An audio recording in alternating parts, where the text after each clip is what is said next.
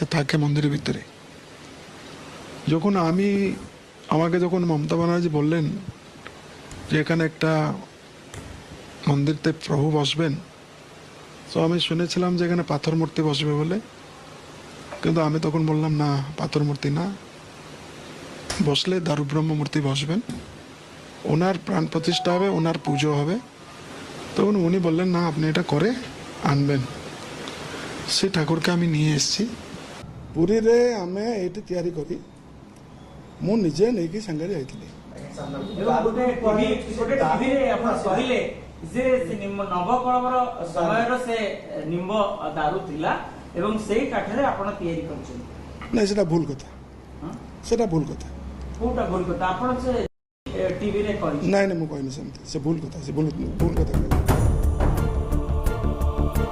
ଦୀଘା ଜଗନ୍ନାଥ ମନ୍ଦିର ପ୍ରତିଷ୍ଠାକୁ ନେଇ ବିବାଦରେ ଦୈତାପତି ନିଯୋଗର ସମ୍ପାଦକ ରାମକୃଷ୍ଣ ଦାସ ମହାପାତ୍ର ବଙ୍ଗାଳୀ ଚ୍ୟାନେଲକୁ ଇଣ୍ଟରଭ୍ୟୁ ଦେଇ କହିଛନ୍ତି, ନବକଳେବର ସମୟରେ ବଳିଥିବା ନିମ୍ବ କାଠରେ ମୂର୍ତ୍ତି ତିଆରି କରି ମୁଁ ଦୀଘା ଜଗନ୍ନାଥ ମନ୍ଦିରରେ ସ୍ଥାପନ କରିଛି।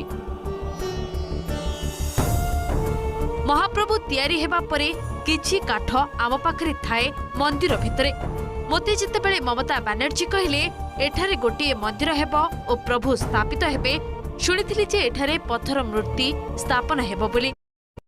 12 বছর 19 বছর অন্তরে যখন নবকলেবর হয়, তখন যে দারুব্রহ্মকে আমাকে স্বপ্ন হয়, যে দারুব্রহ্ম কাঠ আমরা আনি, সেটা প্রভুরকে হওয়ার পরে কিছু কাঠ আমাদের কাছে থাকে মন্দিরের ভিতরে। যখন আমাকে যখন মমতা ব্যানার্জি বললেন যে এখানে একটা মন্দিরতে প্রভু বসবেন, তো আমি শুনেছিলাম যে এখানে পাথর মূর্তি বসবে বলে, কিন্তু আমি তখন বললাম না, পাথর মূর্তি না, বসলে দারুব্রহ্ম মূর্তি বসবেন, ওনার প্রাণ প্রতিষ্ঠা হবে, ওনার পুজো হবে। তখন উনি বললেন না, আপনি এটা করে আনবেন। সে ঠাকুরকে আমি নিয়ে এসেছি। পুরীরে আমি এটি তৈরি করি, ମୁଁ ନିଜେ ନେଇକି ସାଙ୍ଗରେ ଯାଇଥିଲି। ଯେ ନବକଳବର ସମୟର ସେ ନିମ୍ବ ଦାରୁ ଥିଲା ଏବଂ ସେଇ କାଠରେ ଆପଣ ତିଆରି କରିଛନ୍ତି। ନାଇଁ, ସେଟା ଭୁଲ କଥା, ସେଟା ଭୁଲ କଥା। କୋଉଟା ଭୁଲ କଥା? ଆପଣ ସେ ଟିଭିରେ କହିଲେ। ନାଇଁ ନାଇଁ, ମୁଁ କହିନି ସେମିତି, ସେ ଭୁଲ କଥା, ସେ ଭୁଲ କଥା କହିଲେ।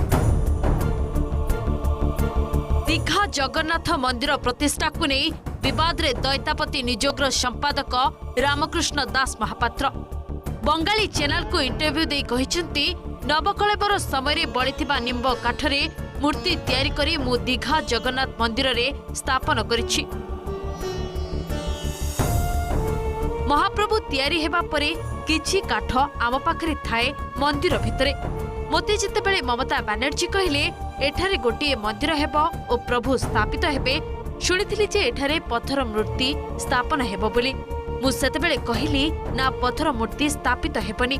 ଯଦି ସ୍ଥାପନ ହେବେ, ଦାରୁ ବ୍ରହ୍ମ ମୂର୍ତ୍ତି ସ୍ଥାପିତ ହେବେ, ତାଙ୍କର ପ୍ରାଣ ପ୍ରତିଷ୍ଠା ଓ ପୂଜା ହେବ। ସେତେବେଳେ ସେ କହିଲେ ଯେ ଆପଣ ଏହା କରି ଆଣିବେ। ସେହି ଠାକୁରଙ୍କୁ ମୁଁ ନେଇ ଆସିଛି। ଶୁଣନ୍ତୁ କ'ଣ କହୁଛନ୍ତି ରାମକୃଷ୍ଣ ଦାସ ମହାପାତ୍ର ବଙ୍ଗାଳୀ ଚ୍ୟାନେଲକୁ। স্বয়ং প্রভু জগন্নাথকে আমি তৈরি করে এনেছি, যে ওখানে 12 বছর 19 বছর অন্তরে যখন নবকলেবর হয়, তখন যে দারুব্রহ্মকে আমাকে স্বপ্ন হয়, যে দারুব্রহ্ম কাঠ আমরা আনি, সেটা প্রভুরকে হওয়ার পরে কিছু কাঠ আমাদের কাছে থাকে মন্দিরের ভিতরে। যখন আমাকে যখন মমতা ব্যানার্জি বললেন যে এখানে একটা মন্দিরতে প্রভু বসবেন, তো আমি শুনেছিলাম যে এখানে পাথর মূর্তি বসবে বলে, কিন্তু আমি তখন বললাম না, পাথর মূর্তি না, বসলে দারুব্রহ্ম মূর্তি বসবেন, ওনার প্রাণ প্রতিষ্ঠা হবে, ওনার পুজো হবে। তখন উনি বললেন না, আপনি এটা করে আনবেন। সে ঠাকুরকে আমি নিয়ে এসেছি।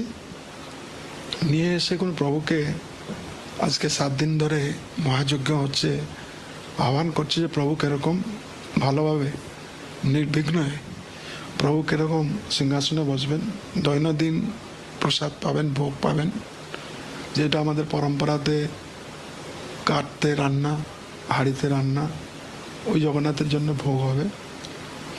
ওই যে চিন্তা ভাবনা, তার আজকে আমাদের আজকে 29 তারিখে আজকে 4টা থেকে 5টার মধ্যে আমাদের মাননীয় মুখ্যমন্ত্রী উনি আসবেন। ওখানে একটা শিলা পূজা হবে ঠিক মন্দিরের সামনে। শুনিলে তো কଣ କହିଛନ୍ତି ଦଇତାପତି ନିଯୋଗ ସମ୍ପାଦକ ରାମକୃଷ୍ଣ ଦାସ ମହାପାତ୍ର ବଙ୍ଗାଳୀ ଚ୍ୟାନେଲକୁ। ହେଲେ ପୁରୀରେ କରିଥିବା ସାମ୍ବାଦିକ ସମ୍ମିଳନୀରେ ପୁରା ଓଲଟା କଥା କହୁଛନ୍ତି ନବକଳେବର କାଠରେ ଜଗନ୍ନାଥ ମୂର୍ତ୍ତି ତିଆରି ହେବା କଥା ମୁଁ କହିନାହିଁ, ମୋ ନାଁରେ ଭୁଲ କଥା କୁହାଯାଉଛି। ଦୀଘା ଜଗନ୍ନାଥ ମନ୍ଦିରରେ ପଥର ମୂର୍ତ୍ତି ପୂଜା ହେବା କଥା ମୁଁ ଜାଣିବା ପରେ ତାଙ୍କୁ ମନା କରିଥିଲି। ମହାପ୍ରଭୁ ଜଗନ୍ନାଥ ପଥରରେ ପୂଜା ପାଆନ୍ତି ନାହିଁ। ପରେ ମୁଁ ନିମ୍ବ କାଠରେ ଜଗନ୍ନାଥଙ୍କ ମୂର୍ତ୍ତି ତିଆରି କରି ସେଠାକୁ ନେଇ ପ୍ରତିଷ୍ଠା କରିଥିଲି। ମୁଁ କେଉଁଠି କହିଛି ନବକଳେବର କାଠ କଥା? ଏବଂ ଗୋଟେ ଟିଭିରେ ଆପଣ କହିଲେ ଯେ ସେ ନବକଳବର ସମୟର ସେ ନିମ୍ବ ଦାରୁ ଥିଲା ଏବଂ ସେଇ କାଠରେ ଆପଣ ତିଆରି କରିଛନ୍ତି।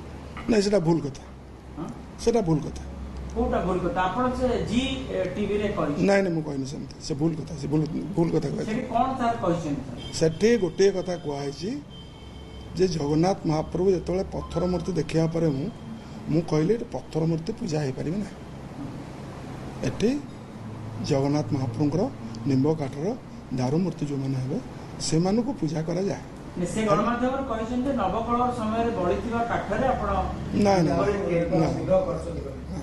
ସେମିତି ଭୁଲ, ମୁଁ ସେଟା କ୍ଲିୟର କରୁଛି। କିଏ କ'ଣ ତାକୁ କହିଥାଉ ମୁଁ ଜାଣିନି। ସେଥିପାଇଁ ଜଗନ୍ନାଥ ମହାପ୍ରଭୁଙ୍କୁ ଆମେ ସେଠି ବସେଇଲୁ। ତାଙ୍କର ଯେଉଁଟା ବିଧି ହିସାବରେ ବ୍ରାହ୍ମଣମାନେ ଆମେ ରହି ତାଙ୍କର ଯେମିତି ପ୍ରାଣ ପ୍ରତିଷ୍ଠାର ଯେଉଁ ମନ୍ତ୍ର ଦ୍ୱାରା ପ୍ରାଣ ପ୍ରତିଷ୍ଠା ଦୀଘା ମନ୍ଦିର